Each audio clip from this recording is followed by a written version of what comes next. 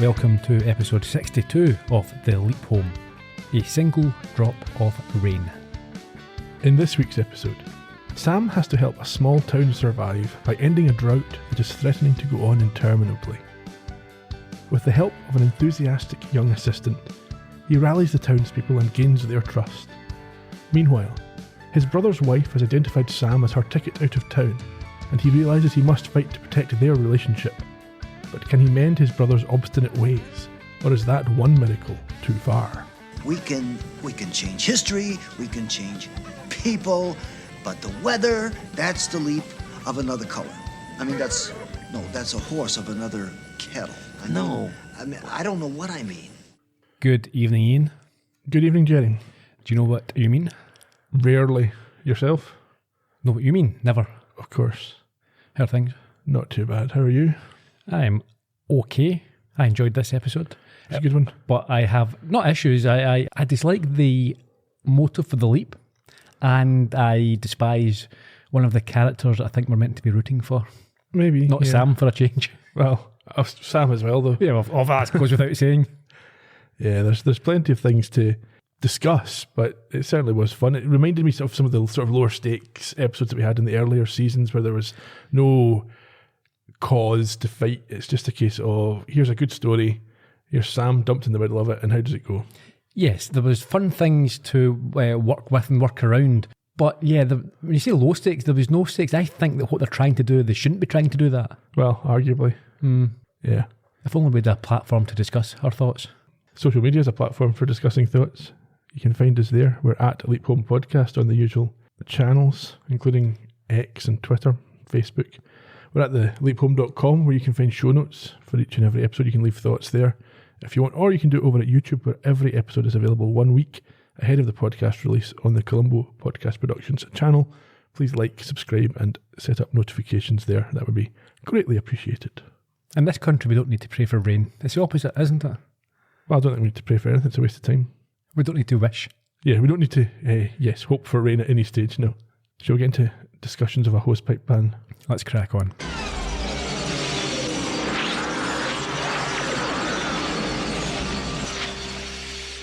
I'm not sure how meteorologically accurate this episode is.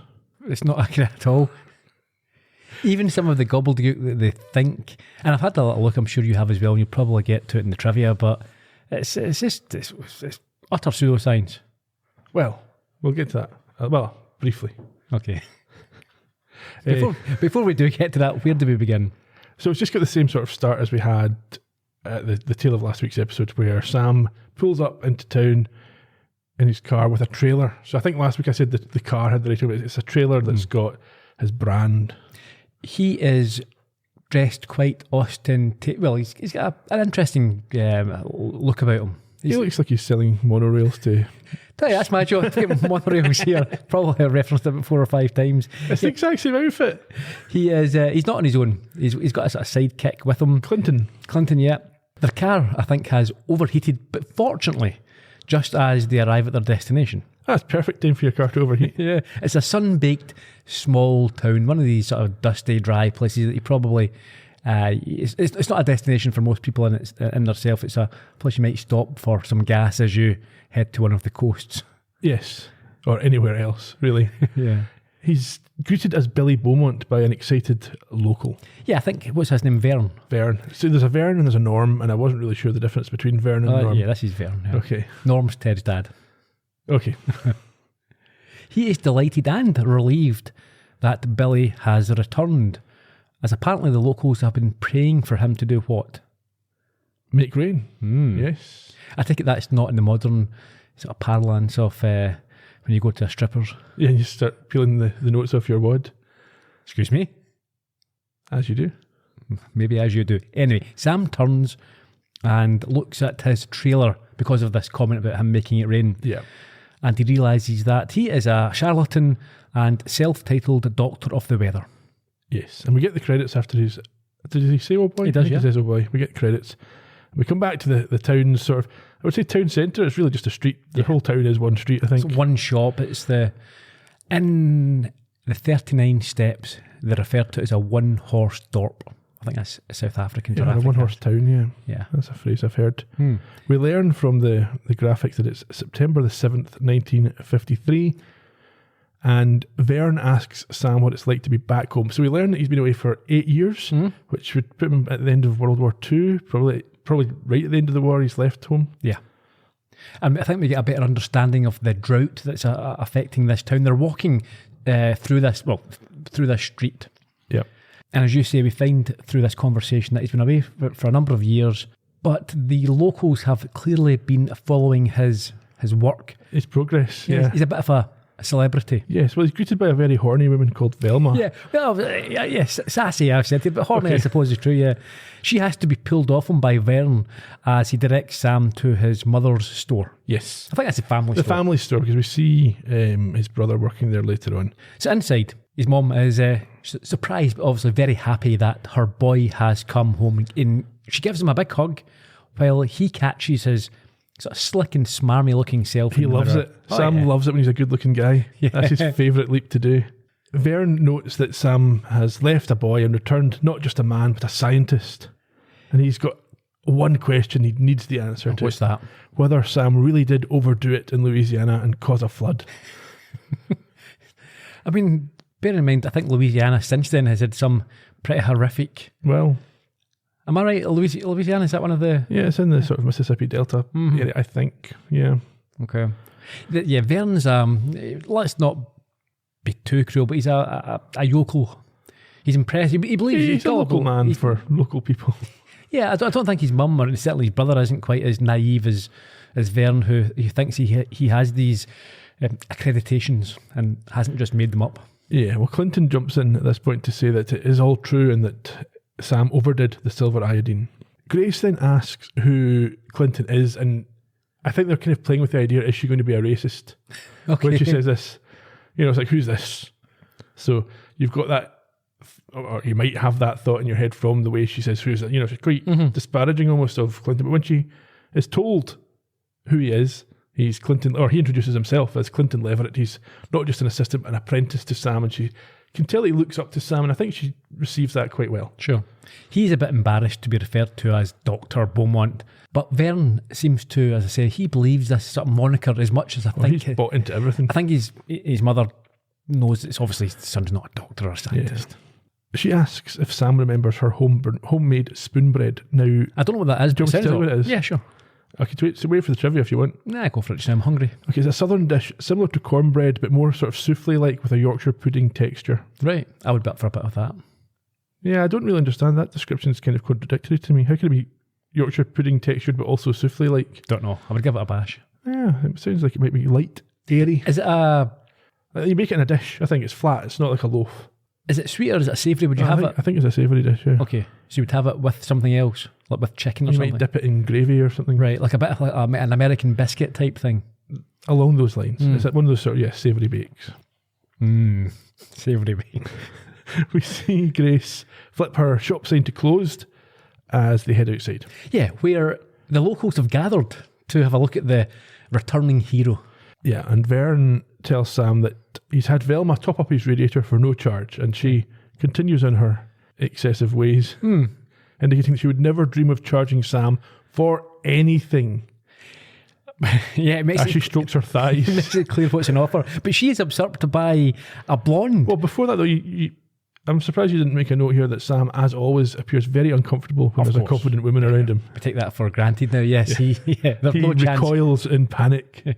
And this blonde, she offers the same and kisses him. And we find out from an old man sitting on a chair that the blonde is in fact his sister-in-law. Now, this is the first time that she just acts. She's a horrible character, this person. I think Annie, I think her name is. Yeah. But I have major issues with her. I have major issues with the motive for the leap, which involves her. And I just think she's atrocious. Well, that's one way of looking at it. No redeeming features whatsoever. I think that's harsh, but we'll get into the discussion. Velma at this point says that she could do this better than Annie. And I think she probably could. As you say, Davison, this man in a wheelchair, says, you would hope so, given that the other one's his sister-in-law. Well, these days... Oh, I'm stuck in the... Anyway. But he's got a question for Sam, an important question. Yeah, he wants to know if he's going to make it rain with all his equipment, and he demands to see if he can do it. Yes, at which point Sam's brother Ralph shows up. Yeah, well, Sam stutters. He doesn't know what to say here. He doesn't want to commit to making it rain because he knows it's nonsense. But Yeah. he doesn't have enough information to commit to any position really at this stage. So Ralph wants Sam to let the crowd know that he can't obviously make it rain, and when Sam obliges, Clinton has to put on a bit of an old school monorail act in order to satisfy them and persuade them that Sam is only referring to today. You see, modern science has discovered that water vapor is always in the air. Well, now I know it seems impossible. But it's true. It's here, right now. Yes, it's all around us. Now, the problem is getting it to form into little drops and fall to the ground. This is a conundrum. Hi, Sam. All the greatest thinkers down through the ages. Oh, nice outfit. Quiet. Don't be bashful, William. Let the boy talk. Feed the hungry. Now, over the years, mankind has tried all kinds of methods, but we are truly blessed to live in the time of a one Dr. Vincent J. Schaefer of the National Weather Institute. What's he talking about? How should I know? You're the physics expert. Not only was Dr. Beaumont one of Schaefer's prized pupils, but many of us feel he has carried climatological research to an even higher plane. Hallelujah! Now, you all heard him say it in his own words. Dr. William Beaumont, PhD, greatest purveyor of precipitation in these here great United States, would love nothing better than to help you good people by making it rain. I think we got trouble here, Sam. Ziggy says it's not going to rain here for some time. How long is some time? 8 months, 1 week, 4 days, 2 hours, and 44 minutes. Yes, sir, we are going to make it rain.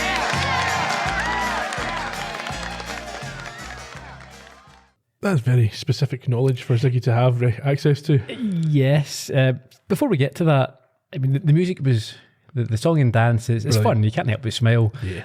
It reminded me a little bit of the first time I was exposed to that type of act as a kid was in the original Pete's Dragon, Okay. where the guys keep it, there was snake oil they were selling, Yeah. and that whole performance, I always think of that. Even the monorail one, I always think of Pete's Dragon. But anyway, that's just me. Yeah, very specific. But what I was thinking when he said that was he could still make Sam look brilliant in the future. Yeah. If Sam now knows exactly when it's meant to rain, he could write this down a few pieces of paper, give it to the locals and say, listen, I can't do this right now, but I can tell you exactly to the day, to the hour when it's going to rain. And, you know, in 6-8 months' time down the line, it will come true and he will look like an absolute genius. But he's a maker of rain, not a predictor of rain. Yeah, but you can. I'll make it rain, but not until Yeah. you're all dead and your animals have suffered. Uh, We go into the family home where Sam once again admires his own reflection, which he's pretty pleased with.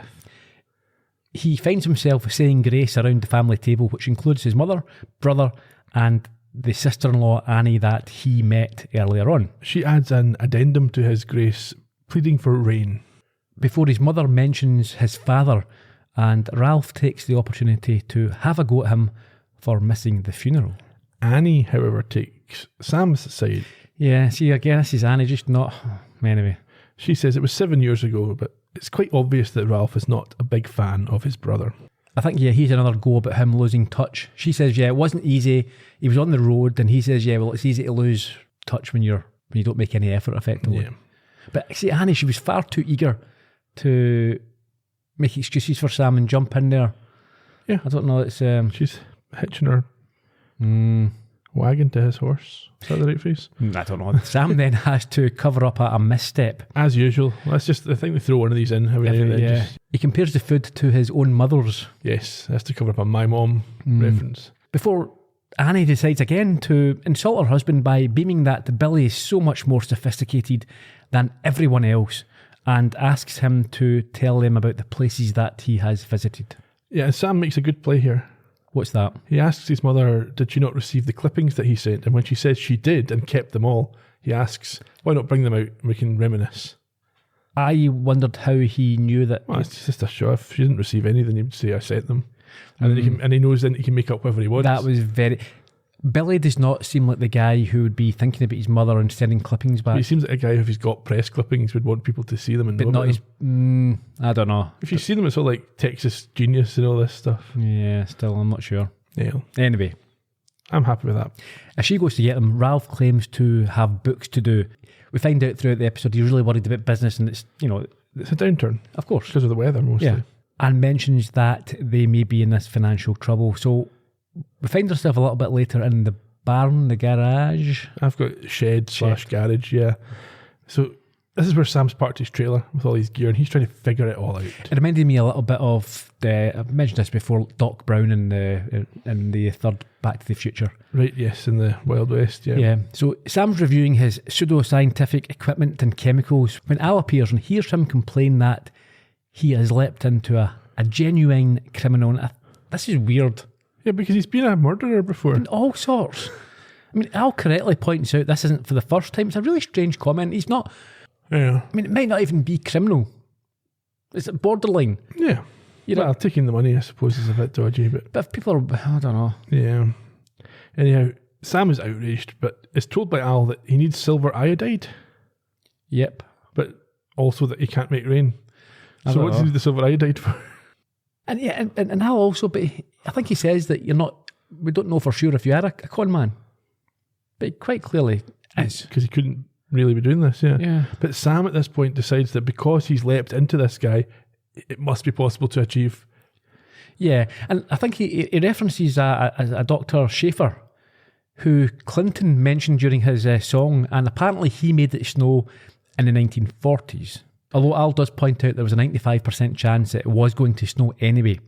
But the suggestion seems to have been enough to stir Sam's ego into wondering if he can in fact bring rain to these desperate people. It makes me think of these guys on social media who threw out random guesses about things like football transfers or things that might happen, and if they get one right, suddenly they're an insider, they're an expert. But this has been going on for hundreds of years. It's the same tactic that the clairvoyants and all this say. You throw out enough and things that are general or things that may happen. Yeah. Or just, if there are 100 people in the room, you say something, somebody's got somebody called John who died or from a heart attack. It's just so obvious. Yeah. Anyway. Al's got a little bit of a dodgy reference here. Oh, is that what we heard at the top of the podcast? No, because at this point Al isn't convinced, and I think that's where we hear him being confused. Yeah, but he talks about the secrets of weather being kept by the Defence Department, and he has a somewhat colourful description for how tightly they guard them. Yeah, like a virgin would guard their stamp collection. Indeed. I think he gets a dirty look from Sam halfway through that one. Has to change track. It doesn't in any case deter the now satisfied Sam, who states that they are going to make it rain with his help, or at least Ziggy's, who will be able to access the computers of the Defence Department. Just then, they're interrupted. Yes, well, Annie shows up and wants to know who Sam was talking to. Yeah, she's very energetic and gets quite touchy-feely with him. Well, as you would expect, given what we've seen before. He says he's got a cramp in his hand because he's pretending to wave to Clinton, who he says has just left, and she's right in there trying to rub it better. She asks about his equipment and he jokes about it being a microwave. Yes, which cooks stuff real fast. He leads her outside, and I presume this is to avoid being alone with her. I think so, yes. Yeah, he's scared. You know what he's like. Oh, yeah. And also, I think morally he has an issue with it being his sister-in-law. And in this case, Sam's quite right, actually. Well, he's right. She's the one that's being... For the wrong reason. Yeah, so. Yeah. I mean, he would do it probably if he wanted to. Well, if he was attracted to her, he wouldn't have a problem with her being his sister-in-law. No. Well, or would he? Maybe not. Depends how vulnerable she was. No, I'm going to give Sam the benefit of the doubt. She is a complete wrong in this situation. Okay. Another example of it. It's just atrocious behaviour. Like, she can do what she wants. I'm on about this later on, but she's entitled to do what she wants. But make the decision. Don't be if you don't like your husband, then leave him. This is just the way she deals with him, the way she acts, the way she treats the guy. It's just she's nah. He's a bit of a closed book as well, though. That's what I'm saying. Leave him then. Say, we're not compatible anymore. Don't love you, or I don't want to be with you. That's absolutely fine. That's her right. But acting like this, going after his brother, is shocking. Yeah. I mean, how many times, what about the whole Ryan Giggs and all that scenario? It's just, everyone thinks that's just a dreadful behaviour. That's unacceptable behaviour. Yeah. He's a scumbag. Yeah. Anyhow, where were we? Sam, now having gone outdoors with Annie, talks about how beautiful it is, but she hates it here. Yeah, she doesn't like the small town and thinks that Sam could take her somewhere more interesting. And she then smirks at his response that Ralph could take her somewhere else. And she says that Ralph would never go anywhere. He wouldn't even go to Dallas on their 5th anniversary because he had inventory to do. Now, I think she's maybe been hanging on to this dream since, maybe not as soon as Sam left, but not long after, that he's going to come and whisk her away. Yeah, and like I say, that's perfectly, that's perfectly understandable and fair. Yeah. If you don't want to be in this town, then leave. But like how you're going about it is atrocious. There's been a bit of a revelation. Well, yeah, so Sam says that Ralph's not flashy, and she inappropriately interjects to say the 2 nights that she spent with Sam were more exciting than the 8 years. Again, it's just you're putting down your brother in front of it to his own brother. It's just... It's almost cruel. Yeah, not only that, but she makes it very clear to him how she feels. I liked the scene. I thought it was well acted, and I quite liked the interaction. Yeah, well, the note that I've got is that I expect Sam's conservative instincts will compel him to try and keep Annie and Ralph together. Yeah, but clearly they shouldn't be. Yeah, and like you say, she gets into this sort of descriptive language talking about him returning and everything going from black and white to colour. And she's not going to say any more, but if he can't figure out what she means, then he's not as smart as she thought he was. It's not good. No. What's he supposed to do?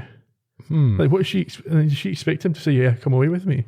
Back at the store, old Davison is buying 11, I think it's Staples or something. Staples, yep.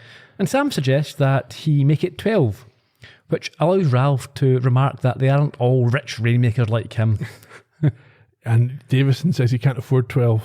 So, you're a bad boy if you can't afford a staple. Yeah, he wants to get these 11 on tick as it is. Yeah. Which Ralph allows. In any case, Davison talks about how he won't have to worry about the rain anymore. And as he goes to leave, we see that he uses a wheelchair. I don't think that had been established up till this point. Well, he was in a wheelchair. Well, he was in a chair. Yeah, he could have just been sitting at the side of the road, I suppose. Yeah, an old man, maybe his legs are bad, he needs to sit down. I quite enjoyed this bit. So Sam asks whether there's a ramp to help him out. He says, don't worry, if I fall over, I'll just shout. Yeah, Sam's obviously surprised that in 1953 in small town, wherever it is, that there's not accessibility. Yeah, it's not. And Davison is surprised himself that Sam thinks there should be. Yeah. He's obviously not used to... Yeah, he's just used to coping. Anyway, when he leaves, Sam takes the opportunity to try and clear the air with his brother. That was a real nice thing that you did there. What'd I do? You gave the man what he wanted and you left him with his pride. You mean let him buy on credit? What choice have I got, Billy? He doesn't fix his fence, he loses his cattle, he goes broke, and I don't get paid. See, around here, folks need each other, Billy. Well, I think that's pretty true everywhere, Ralph. Wouldn't figure on you knowing that. Sure is nice. Working around here, it feels good. Must be the novelty. Tell you what, Ralph, why don't we stop fighting, huh? Who's fighting? Come on, we've been fighting ever since I got here. Let me make it simple for you.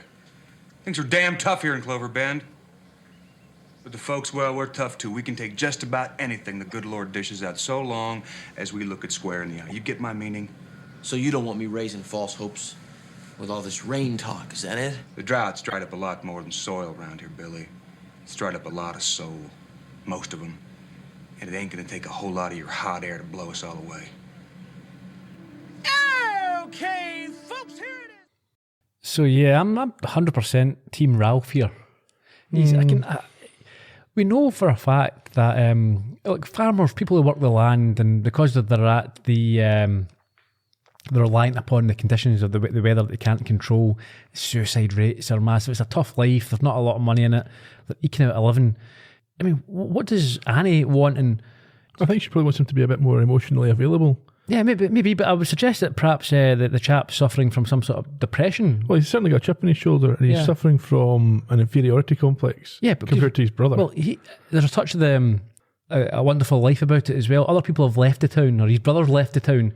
He's remained, whether or not it's right or wrong, but he's like trying to keep everything together. He's working the family store. He's not gallivanting around conning people. He's doing the honourable thing. He's also feeling hard done by and sorry for himself because he has to do these things. Yeah, well, maybe and he's taking it out on other people. But that's the thing as well. But you often find that perhaps if he's the older brother, so he was the first one in line to look after the store, whereas Sam got to go and do all this. He's felt a responsibility and a duty, and he's unhappy about it. Yeah, he's got to look after his mother as well. He can't just because you're unhappy, you can't go around and go making other folk unhappy as well. But he's not. No, I don't believe he is. So he's the father died. He's got to step in. What's he got to do? Like Sam's left. So with Sam leaving, the father dying, he can't. There's no way he's going to leave his old mum there. So he is trapped. No matter what he wants to do, he doesn't have a choice. And Sam could have helped, but didn't. He's a con man and left. You can understand why you'd be jealous of Sam and not even jealous, have a grudge towards him. Totally understandable.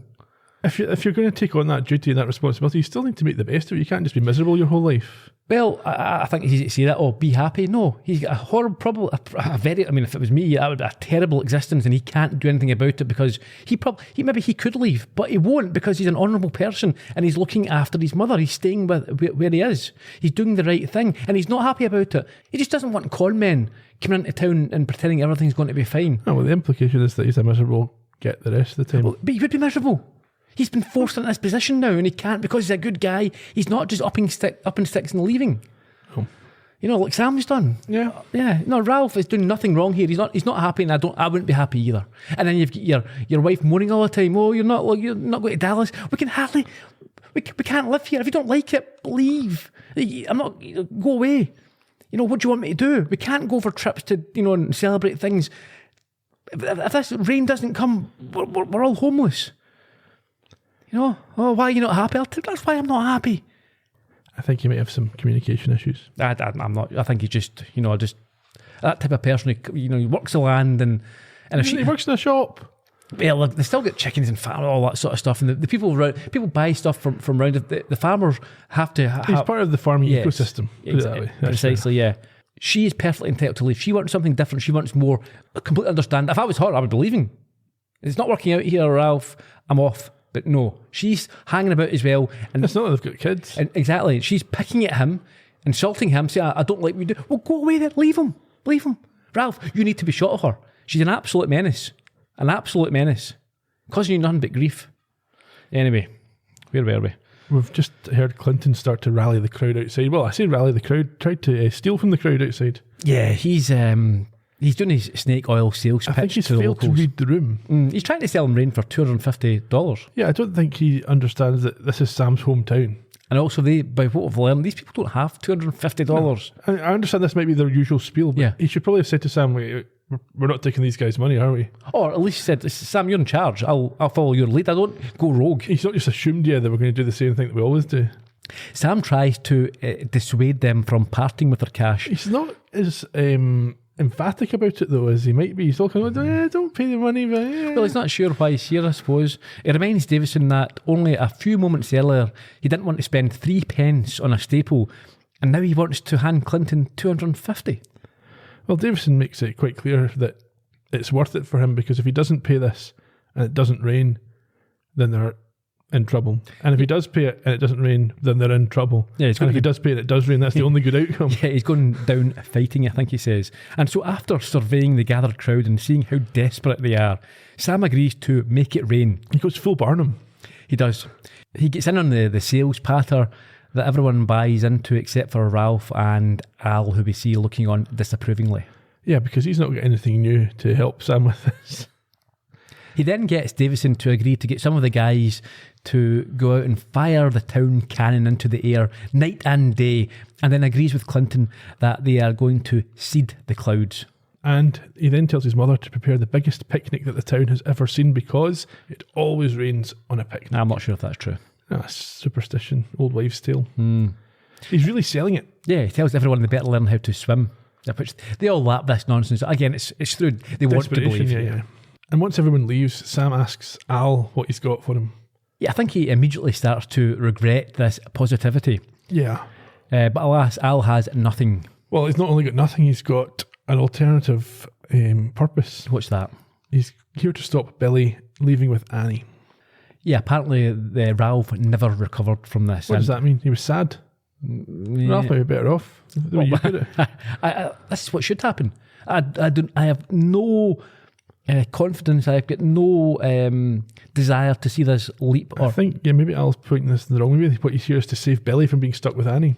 I think he's here to stop Ralph from being stuck with Annie, or Annie being stuck with being stuck with anyone. Yeah. This is a toxic relationship, and it gets worse at the very end, which we will discuss. But I think if everyone just went their separate ways and gone with what they should be doing, I think everyone would be happier. Yeah. As you said, there's an 88% chance that he has to keep Annie and Ralph together. That would seem easy enough in comparison to... It also doesn't seem like the natural opposite to what originally happened. You could leave without her without keeping them together. Yeah. So why is it automatically they have to be together? Who's decided that? That's the thing. If he disappears in the night, yeah, she won't know where he is. Or... She might leave anyway, but not with him. Yeah. So that solves the problem, right? Mm-hmm. Or will Ralph still be sad? But that's the thing. If she doesn't leave with him, she's always able to leave herself anyway. Yeah. So why would she do it without Sam? Well, there you go. Mm-hmm. A bit later on, we've got Sam and his mother, and she's telling him she's glad he's back, but he's sad because Ralph isn't glad. Yeah, I think she liked having both boys back together again. To a certain extent. She tells him that Ralph is like the country around here. He'll give you sustenance, but you have to work for it.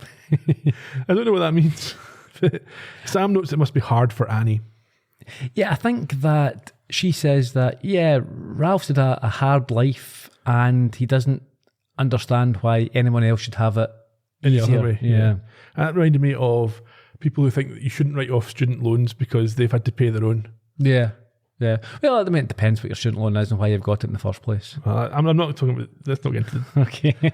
nuts and bolts of that particular thing. I just mean the principle that I had to pay it, so you should have to pay it. Well, nothing would ever change if that was the attribute with regards to anything. Yeah. So Sam suggests to his mother that Ralph might go easier on Annie because he loves her, but this surprises his mum. Why? He's now a softie. She doesn't understand it's a change in him, which obviously is because Sam's being Sam. Yeah. She does say that Ralph loves his wife. And while she agrees with this, that he does, she asks if Sam also still loves her. Sam gives a vague answer initially about her being his brother's wife. Yeah, and he says he just wants to make her happy. And the mother replies that he has. And he'll also make the town happy if he can just make it rain. To be clear, he's made his mother happy, not Annie. Right, okay, yes. But she says to make Ralph happy might take a bigger miracle than the weather. At this point, a number of locals pull up in trucks, eager for Sam to start the rain-making process. There's only a narrow difference between this lot of guys pulling up and guys for a lynching or something. If I was Clinton, I'd be thinking to myself, are there shotguns? Yeah, it was very ominous, wasn't it? Yeah. Anyhow, Norm comes out and he's got a heartbreaking offer for Sam. Oh, this is terrible, isn't it? Okay. Oh, I was in tears. Sam, he's got a sack. Yes, with a chicken. Yeah. In fact, 2 chickens, I think. Yeah. He's going to keep giving Sam 2 chickens a month until he's paid off $250 worth. Because he can't get by without them, and he can't spare more than 2 chickens. Oh, dear me. It's awful. So they all drive out to a clearing where Sam is overheard by Vern demanding that Al shows up. And I quite like this. Vern thinks he needs to work on his praying. Yes, he's not doing it right. Sam at this point offers Clinton the opportunity to prepare the solution for the clouds. He smiles nervously and then takes him aside and reminds him that although he's watched him do it over 100 times, he's never done it the same way twice, so he's not really sure what I think he'd be able to improvise though. Clinton doesn't seem as if he lacks confidence, yeah. He knows it's nonsense. And especially as soon as Sam starts doing it wrong, Clinton pulls him up. Do we think that Clinton actually believes this, or does he know it's a con? No, he knows it's a con. So in that case, then why would they be taking him aside? They would just be saying, right, I'll just do anything, it doesn't make any difference. Exactly, that's what I found strange. I think Clinton... No, because he knows that it's never worked. Yeah. Except for that time in Louisiana. Yeah. Because they talk about it, the one time it works, Sam's going to stay and Clinton's going to go. That's true. Anyway, Sam changes his mind and he announces to the crowd that he will prepare it himself, and then begins to muddle through the process of stirring the iodide with a silver spoon until Clinton whispers that he usually uses the bottled silver powder. Silver iodine. Yeah, is that what it is? Yeah. and that the forks for eating with and the iodines for first aid. So Sam sends the crowd away to a field with some helium and some balloons and tells them to get started inflating the balloons. Before that happened, I think Al turned up. Well, during it, I think. Right. And he, at that point, Sam then sends Clinton to the field as well. Yes. And Al reveals that he's had to sleep with a woman from the Defence Department to get the information that they needed. However, he is now able to talk Sam through a recipe for rain, or the correct solution. Which he eventually takes to the field, where the guys have fashioned a number of helium balloons to carry the potion into the clouds. Yes, it needs to evaporate at just the right time. However, there's a problem with the first one. What's that? As soon as it's released, the cannon goes off and shoots it down. I thought they were aiming for that. No. Because I've got a note here. I thought, why would you be doing that? Firstly, if the cannon has to do it, that is not accurate. You can't shoot things down with a cannon. Yeah, no, I think that's an accident. Right. Okay. Fair enough. We cut, though, to the picnic where Sam is with Annie. Well, we've got a montage of the townsfolk eating, drinking and enjoying themselves as the cannon continues to fire into the sky. At this point, Al glides over to Sam and he admits he's jealous of the food as Sam talks with Annie. Where's Ralph? Oh, Lord knows. Probably over at the store going through the change drawer batting all the coins. Oh, Annie. I'm sure that Ralph is really a very wonderful man. Billy, springtime is wonderful. Sunsets are wonderful. Babies are wonderful. Ralph is Ralph. Ouch. Now, just hold on a second. Now, I watched this man work today. Your husband is keeping half the people in this town in business. He's got some wonderful qualities. And he hides them so well. Well, you know, some people... Have you ever looked at a beautiful building and noticed the columns and the domes and windows and, you know, stuff like that? And you never looked at the foundation, did you? Not once. Never even thought about the foundation. But without the foundation, the whole building would topple down and there wouldn't be any more domes or windows or columns. Maybe you should think of Ralph like he was a foundation. Okay. Okay? He's a pile of posts that are better off buried and you don't even notice them till they rot. And then you either replace them or you move on. Well, thanks, Billy. I never quite saw it that way. What was that? Just a cannon, folks. Just a cannon, You know, that analogy you made, I like that about the foundation. Oh, yeah, that really went over big. That was great. No, it didn't. Why didn't you help me with that? I don't know. What do you got, Al? We should note that at the start when you said Al was jealous of the food, it's because of the Cholesterol Control Act that he refers to. That reminds me of My Cousin Vinny. Joe Pesci said the same when he was watching his breakfast get fried up. There is no Cholesterol Control Act. Don't think so. Well, you know, he doesn't mention the Control Act. He mentions the ongoing cholesterol problem in the States. Right. Yeah. Anyhow. Yes, Al at this point tells Sam he doesn't have anything new for him. And he despondently wonders why they bother, to which Al replies... Well, he sums up the entire series by saying that they are professional botherers. And Al says that the people here are now happier than they were before Sam came up. Yeah, but Sam knows it's all based on nothing and wonders what happens when he lets them down and insists that a nice party isn't enough. He has to make it rain. Al says maybe it's better if he doesn't, because if he falls on his face, Annie might lose interest in him. But Sam reminds him that the real Billy failed as well, and she's still left with him. Unfortunately for Sam, he isn't alone in this. Oh, but that's what you get when you just openly talk and don't look around you. Yeah, they weren't careful. Ralph hears this reference to Annie running away. Because he's talking to himself, Ralph suggests that Billy, Sam, is planning on acting touched, and I'm not sure if that's... Touched in the head. Yeah, is Crazy. that politically correct? I don't know if you can say that or not. Yeah. I have to look that one up. In order that the locals will let him off when he's shown to be a con man, which, yeah, that would make sense. Sam denies that this is what he's doing, and they start to argue as Annie comes over and tells Ralph that he has no imagination. Again, Annie just being like, why would you... He's no imagination. So Sam is a con man and a liar, and you're talking about, well, it doesn't take... Anyone can be a liar. I think she's just trying to stay on Sam's good side. I don't think this maybe is what she feels. She needs to just leave him. It's not... She doesn't want to be with Ralph. She's got a plan. She tries to humiliate him in front of everyone.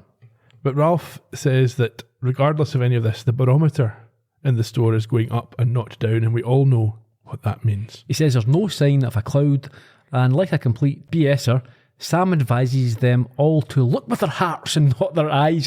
Bugger off. And he says that they may need a second load, which Ralph says is a load of something. Yeah, I think he waffles on about faith being more important than so-called facts. Miracles can happen if you have faith. What is that? Sam's a scientist. Why is he acting like He's this? desperate.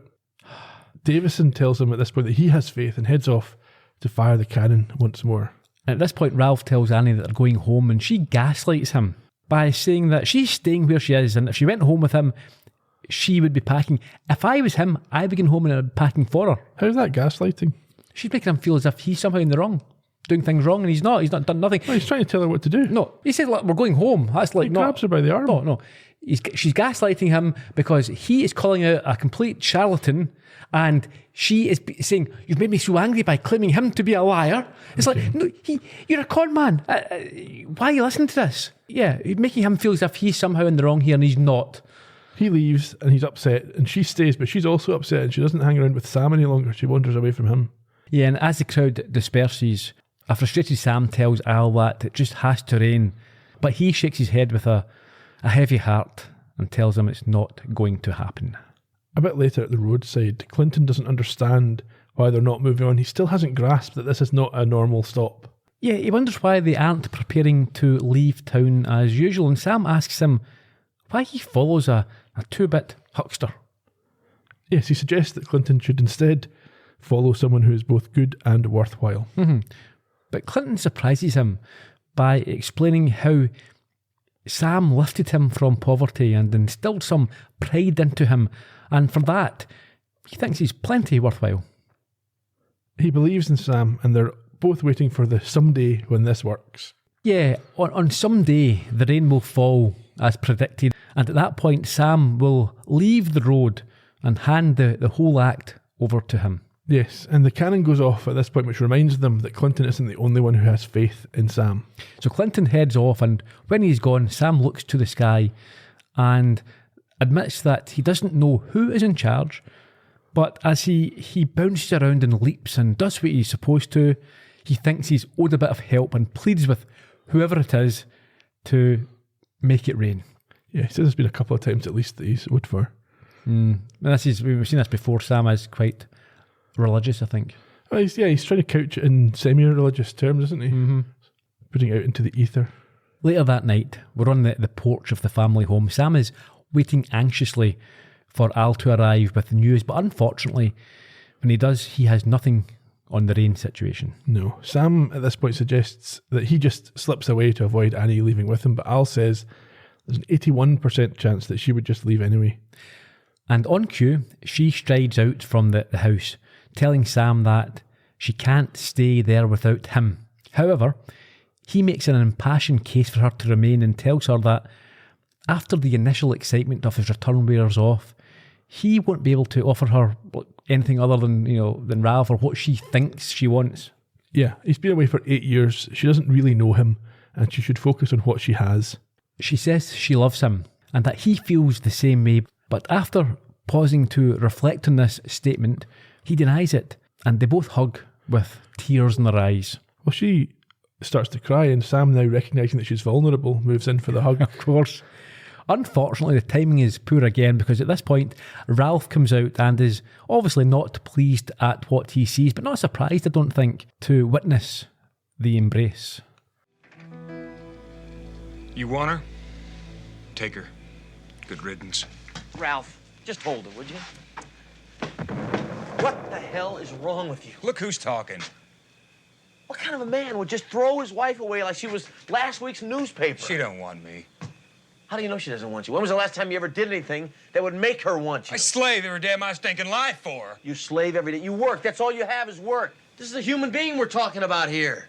When was the last time you bought her a dress or brought her flowers? Or when was the last time you took your wife out under the moonlight and made love to her? Shut up, Billy! Why do you hate me so much? Ever since I got back into this town, I've been getting nothing but hate from you.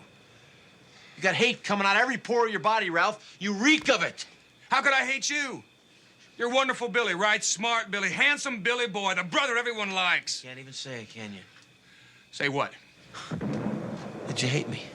Oh, you'd just love that, wouldn't you? Yeah, come on, say it. Because you tell me to? Yeah, because I tell you to. Sam, what are you Come on, trying say to do? it. All right, if you can't say that you hate me, then at least say that you love your wife. You love Annie. Say that. Don't even bother, Billy. Come on, Ralph. Come on, prove to us that you're a human being and not some dead, burned-out shell of a man.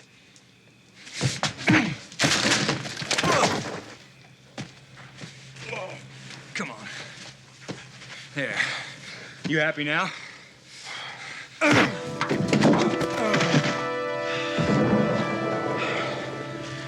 Yeah, I'm starting to feel a little bit better. Come on.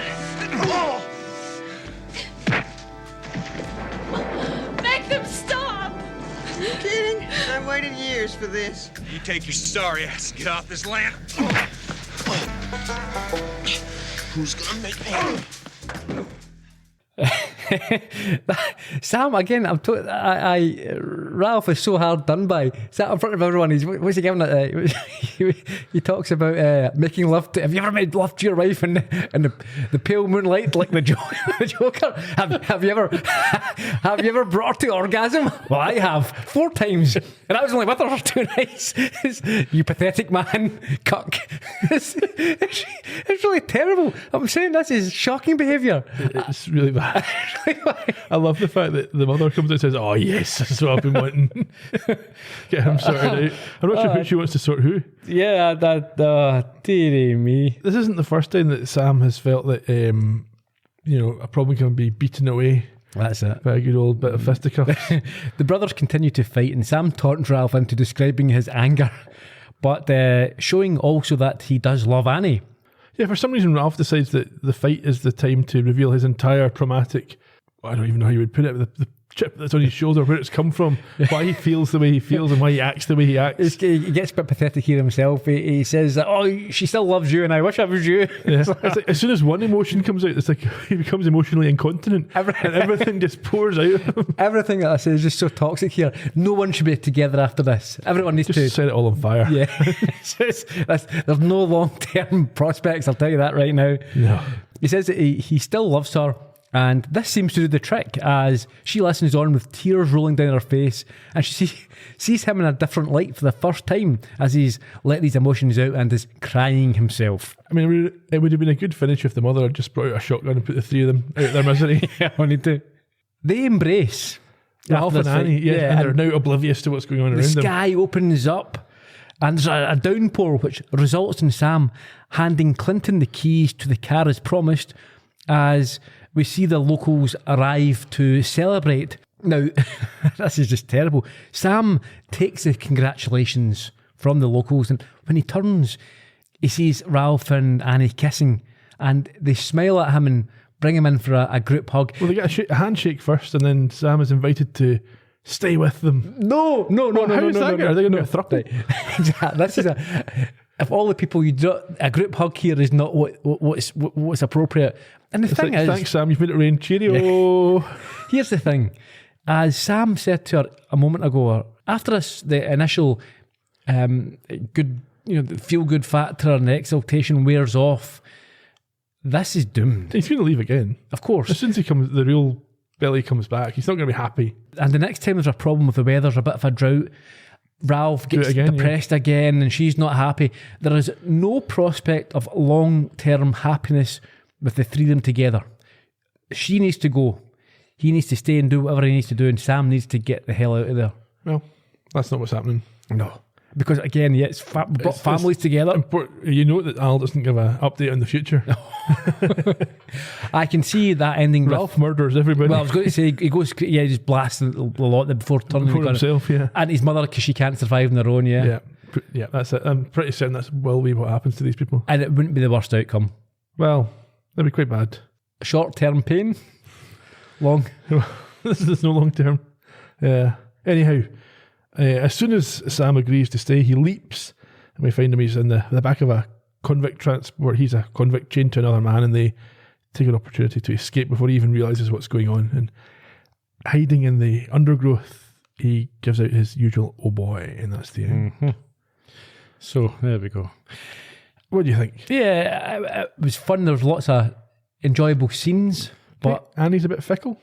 I hate Annie. Why does she like Ralph now? I don't know. Honestly, I just hate her. I think she's one of the worst, most evil, horrible characters we've witnessed in this in this show.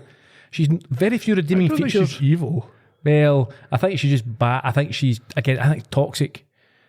She's the type of woman who would be in a bar and would happily like wind up another guy to start a fight, and then watch her like argue with her husband, and then when someone steps in to help her husband would start beating the other guy, and she'd be happy with that.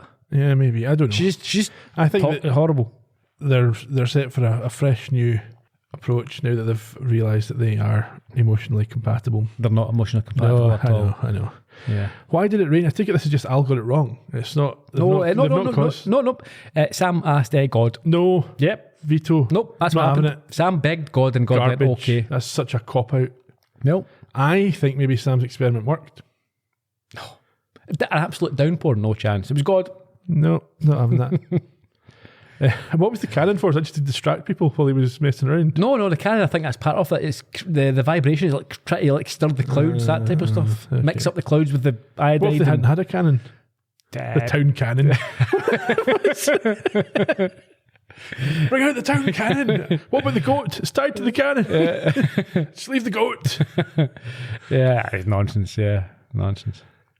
Any other thoughts before we get on to some trivial stuff? No, there you go. Okay, it aired originally on the 20th of November 1991, directed by Virgil W. Vogel. This was his only quantum leap. He's a legendary figure at Universal. He started in the editorial department in 1940, worked his way up to being a director. He took the helm for shows like Wagon Train, Mission Impossible, Spencer for Hire, many, many more. And he died in 1996 when he was 76. The teleplay for this one was written by Richard Oakey, O-K-I-E. This was his first of 6 quantum leaps. He also wrote for shows like Knight Rider, Simon and Simon, and Elementary, amongst others. And he created the series Major Dad. I don't know if you've heard of Major Dad. Heard of it, not so. It starred Gerald McRaney as a right-wing military officer who accidentally marries a liberal journalist. Yes, and has to live with all his woke family. Yeah. Hilarity, no doubt, ensuing. Oakey's now 71, and according to his LinkedIn profile, he works on copy for marketing and influencers. At that age. Well, I guess he didn't make a... He knows... No, I'm just saying, his finger on the pulse. He knows what the kids want, the old influencers. Yeah. Doing the memes and the... Don't you know I once wrote an episode of Quantum Leap? Do you know what's the thing just now? My kids have been doing it. There's this dance from the new Wonka movie. Right. Apparently it's viral. You shouldn't say new Wonka movie, you're dating the podcast. Well, yeah. The Timothy Chalamet Wonka that movie. One, yeah. Yes. They're doing this dance from it, and everyone apparently is doing it, and it's... These things go on. There was the thing with the hips through your arms a couple of years ago, and then there was the griddy, and whatever else has gone on since then. Who knows what's next. There's another writing credit for the episode, Ralph Mayering Jr. He's only Quantum Leap, but he also wrote for shows like Murder, She Wrote, and a couple of others, but primarily he's a character actor, appearing on things like ER, The X-Files, and The West Wing. He's now 72. His last screen credit was 2009. Annie Beaumont was played by Phyllis Lyons. This was her only Quantum Leap. I'd feed her to the lines. Well, she's also in things like Bridges of Madison County, ER, Donnie Darko, 24. She's now 63, and her last screen credit was in 2013. Her father-in-law was Alan Arkin while she was married, and she's now an interior designer. She's got a company called Lyons Home Interiors in LA. I found that actors, actresses, when they no longer work, there's 3 things that you can find them doing: acting teacher, interior design, or, as they say in the States, realtors. Yeah. Patrick Massett played Ralph. This was his second Quantum Leap. You'll remember him from the Americanization of Mashiko. Carl Anthony Payne II played Clinton Leverett, his only Quantum Leap. He was also in what sounds like a ton of Hallmark movies, as well as series like Martin, Rock Me Baby, and Young Dylan. I think he's in that at the moment. He was reportedly, in his early career, fired from The Cosby Show by Bill Cosby himself for refusing to get his hair cut. Refusing to take one of his drinks. Well, now 54, he's obviously still active. Yeah. Vern, was played by Britt Leach, his only Quantum Leap. He's also in things like Father of the Bride, Weird Science, The Waltons, and one episode of Sledgehammer. Okay, what one? He was Lou in Dory Day Afternoon. He's now 85. His last screen credit was 1991. R.G. Armstrong played Davison in the wheelchair. Yeah, now he's quite a well-known character. He was the star of many westerns before going on to appear in films like Dick Tracy, Predator, and The Man in the Iron Mask. He died in 2012 when he was 95. Mm-hmm. Grace Beaumont, you'll recognise as Anne Haney, who is appearing in her second of 2 Quantum Leaps. She was also in 8.5 Months. Right. And she was also in Columbo. Okay, we talked about her in 8.5 months. Yeah, so. I think it was Agenda. She was the secretary. Right. Norm was played by Hal Landon Jr. His only Quantum Leap. You'll remember him from Bill and Ted's Excellent Adventure, or maybe T.J. Hooker. I remember him from Mad Men and Star Trek Deep Space Nine. He's now 82, and his last screen appearance was in 2021. Finally, Leslie Kahn played Velma. This was her only Quantum Leap. She only has a handful of screen credits, but somehow that qualifies her to run an agency offering acting classes and coaching in LA at lesliekahn.com. But neither of those names is spelt the way you would expect, so it's probably trickier to find than you might think. The episode received an Emmy nomination for its costume design. Okay, yeah. Did you notice at the start there was a different font used for some of the credits? That was really weird. It was quite jarring. No, I skipped through the credits. No, it wasn't. It was over the the episode. Okay, no. Worth looking at if you're going back. The plot is very similar to a play from the 50s called The Rainmaker by N. Richard Nash. And interestingly, that play is put on during an episode of Happy Days called Fonzie is a Thespian, with Fonzie in the role of Sam. Okay. The process that Al told Sam about with the silver iodine is known as cloud seeding.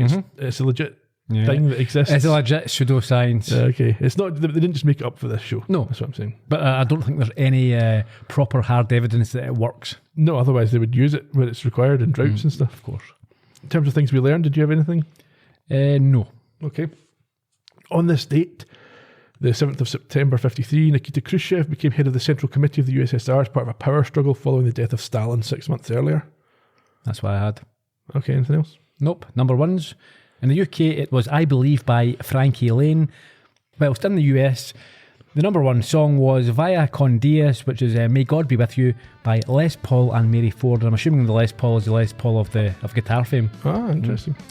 Next week we have Unchained, where Sam has to help a fellow convict escape a chain gang. So we will see you in 1956. Until then, cheerio. Bye-bye.